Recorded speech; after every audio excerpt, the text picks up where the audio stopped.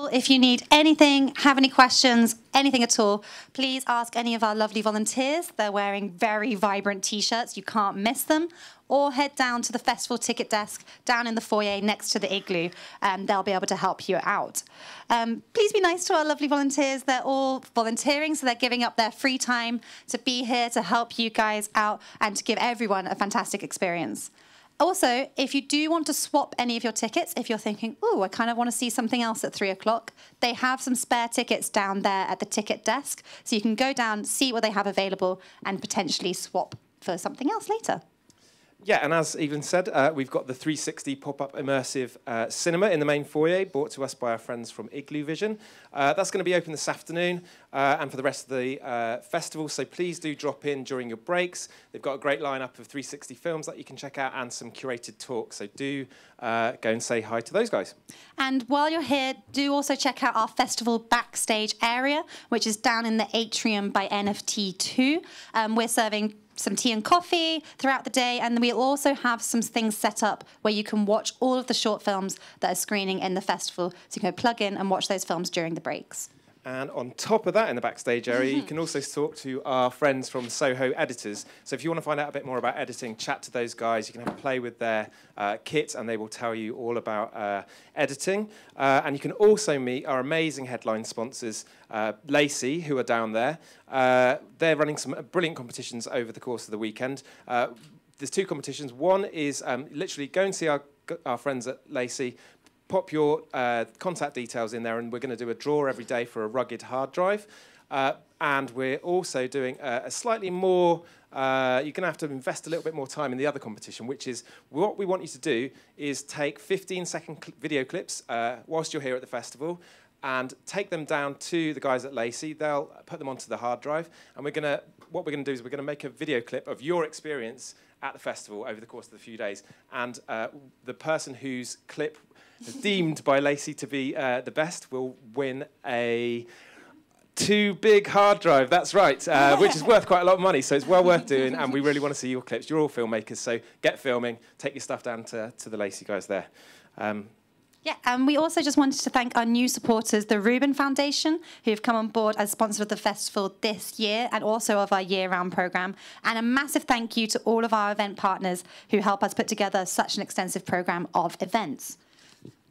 And yeah, just to say one more thing about Lacey, they're our partner for the 2nd year. We're really, really proud and happy that they're here helping us. They're supporting us for the whole year as well. And they've also got a session today called Data to Dollars, so that's well worth checking out too. Just a couple of final things. Tonight is our awards night. You may already have got tickets. Please all do come along. It's at 6 p.m. in NFT 1. If you haven't got a ticket for any reason, just pop down to the ticket desk and we'll hook you up with one. Before the awards at 4:45, we'll have our networking drinks. Come have a beer on us in the blue room. You have to have a wristband if you're over 18, just one of those green ones. If you haven't got yours yet, just pop back down to the ticket desk if you want some booze. And finally, please do spread the word about the festival on social media, Facebook, the gram, wherever. Our hashtag is #Future Film Festival. MySpace, Bebo. All the cool platforms everywhere. We're probably still on MySpace. So yeah, do share and enjoy your day. Yeah, and just to reiterate, your tickets for the awards probably say 5 p.m, but they are 6 p.m. in NFT 1. So that's just to let you know that. Okay, so without further ado, it's time to welcome our first keynote speaker, Prano Bailey Bond, who is a filmmaker who grew up on a diet of Twin Peaks in the depths of a strange Welsh community. Her work invokes imaginative worlds, fusing a dark vocabulary with eerie allure, revealing how beauty resides in strange places. Named a Screen International Star of Tomorrow 2018, her strong body of shorts and music videos have garnered recognition around the world at events and festivals, including BFI London Film Festival, Slam Dance, Tampere Film Festival, Aesthetica Short Film Festival, the UK MVAs, London Short Film Festival, and the European Independent Film Festival. Quite a repertoire there. Her short film Nasty screened at over 100 festivals. Over 100, I mean 100 festivals is pretty damn amazing, globally, and was BIFA long-listed and noted one of the top horror shorts of 2016. In 2017, Prano was chosen for the BFI Network at LFF scheme, which sought to identify original new voices, iconoclasts and risk-takers. She's an alumni of the Berlin Talent Campus and has been named by Film London as a genre heavyweight.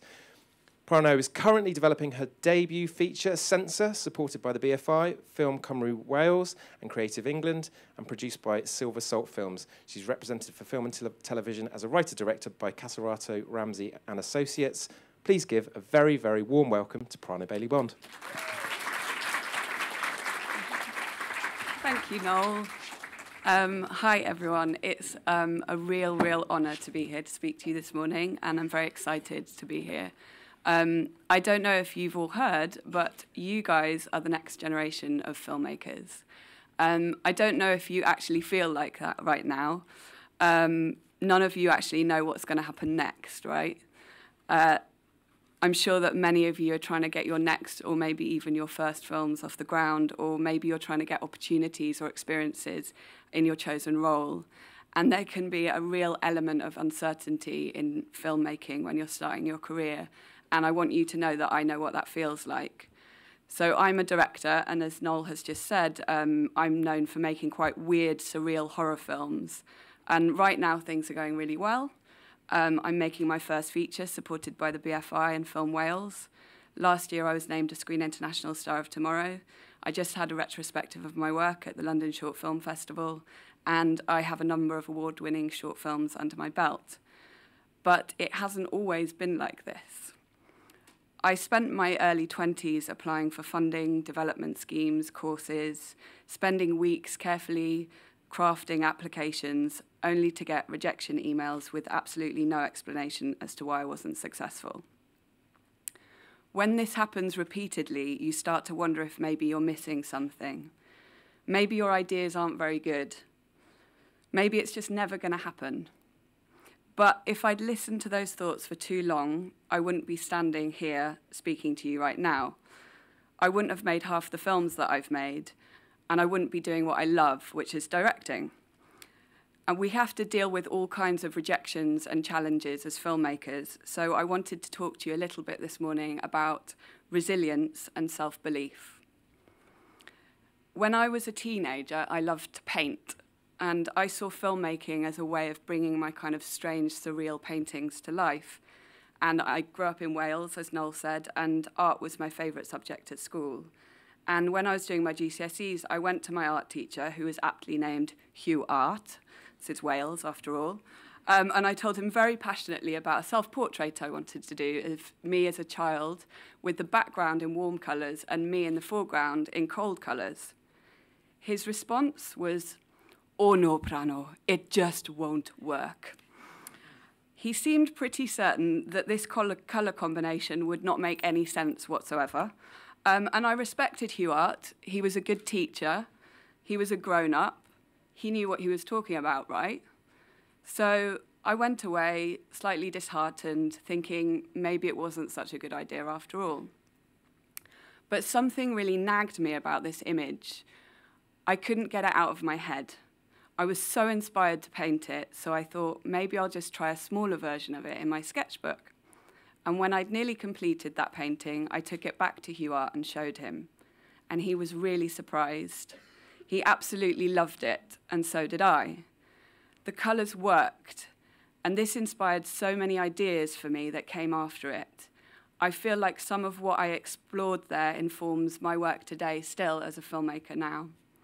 And I could have never painted that picture and never discovered those things. One of the really important things I learned from this is tenacity. That just because somebody else doesn't get your idea initially, that doesn't mean it's not a good idea or not worth pursuing. No one else can see what's inside your head, which is kind of lucky in my case because I make quite weird, twisted horror films. But you might have a really good idea, only you're having trouble getting other people to visualize it or buy into it. So find ways to communicate your idea more clearly. Sketch it. Do a smaller version of it. Make a mood reel. Do a camera test. If you believe in it, do whatever you can to bring your idea to life. Don't let initial rejection stunt your passion or your belief. If I'd done that, I would never have made my short film Nasty, which got rejected for funding, but once I'd made it off my own back, went on to win multiple awards and screen at over 100 film festivals. That short's got me loads of attention, and it's been the main calling card for my feature. I was absolutely determined to make that film, so I found a way, just like I did with that painting at school. So determination is key, determination and tenacity. But I'm not saying don't listen to people or don't take feedback, because that's really important. We're not just making films for ourselves and our mums. We want to engage an audience. What I'm saying to you guys is stand firm in your vision. Don't just take other people's word for it. Try things out for yourselves. Experiment with ideas. Be bold. Do things your own way and see what happens. This is how you will develop your own unique style and your own unique voice as filmmakers. During my long stint of rejected funding applications, I went through a moment of wondering if maybe I should be making different kinds of films. While I was sort of desperately trying to get funding for my film about a man who turns into a slug, I was watching my peers successfully making like socially oriented, hard-hitting dramas, and I wondered if maybe I should be doing that kind of thing. So I tried, and I got rejected. But someone from the film fund of that particular unsuccessful application phoned me up, and they said they'd seen my show reel and could see I was a horror director. And I didn't realize I was a horror director until this moment. I was just focused on the stories that fascinated me and telling them in a way that felt interesting and truthful to me. But they'd seen this at the Film Fund, and they wanted me to come on board as director of one of the films they were making. So finally, someone had noticed and appreciated my voice. And I'm so glad that this happened before I went too far into thinking I should be someone else and a different kind of filmmaker. So this is at the heart of what I'm saying to you, the importance and the value of you being you. When we write and create from a place of truth and honesty, we engage so much more with people. My most successful work, in my eyes, is the work that has come from a personal place, even if that doesn't seem obvious to other people. So get to know yourself. Look at what you want to talk about in your work. And even if people don't get it straight away, don't give up. But you might be thinking, how can I be me if I'm not getting the opportunities to make films? And the answer is, if no one is giving you the key to the door, then make your own key, or just make your own door. The answer is to master the art of DIY. I like to call myself an opportunistic filmmaker. I've made films on tiny budgets that have done big things for me, like a music video I made on £160 that won a UK Music Video Award.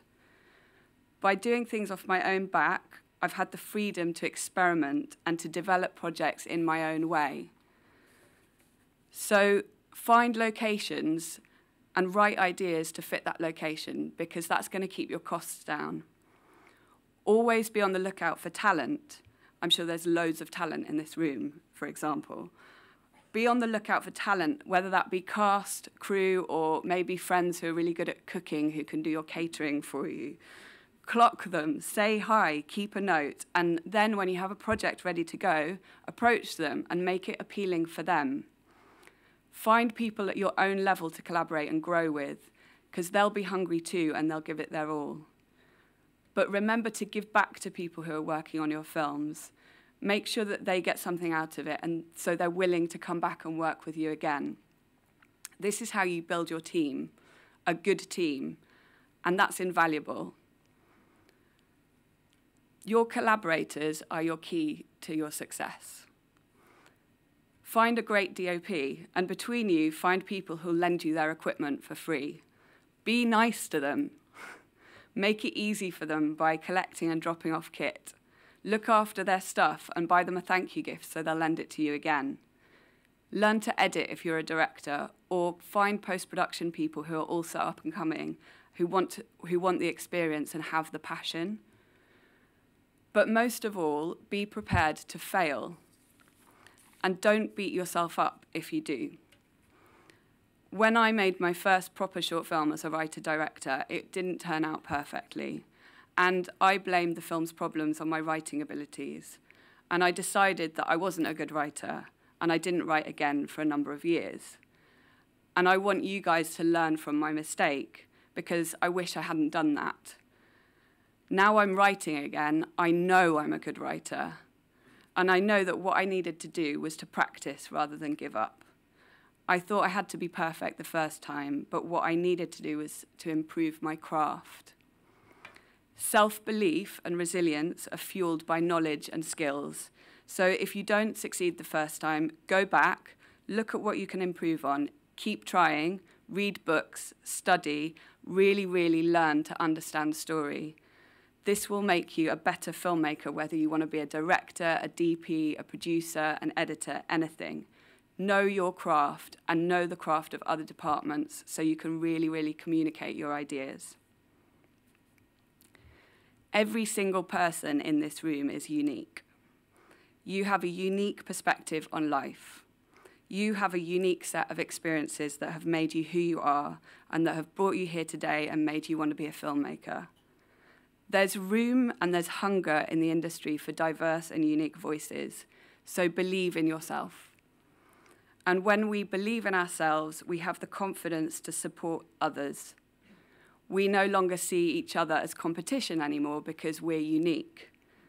So as well as me asking you to believe in yourself, I'd also like to ask you to find someone else in this room whose work you admire and champion them, because none of us get anywhere on our own.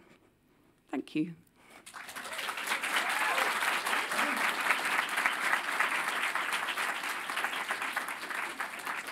Thank you so much, Prano. That was awesome, really inspiring. Thank you very much. Okay, everybody, hope you enjoyed our first keynote speech. Do all head off to your various sessions now. If you are in NFT3 in this one for the next session, we'd also just ask you to vacate briefly while we set up for the next session. Enjoy the rest of the day, guys.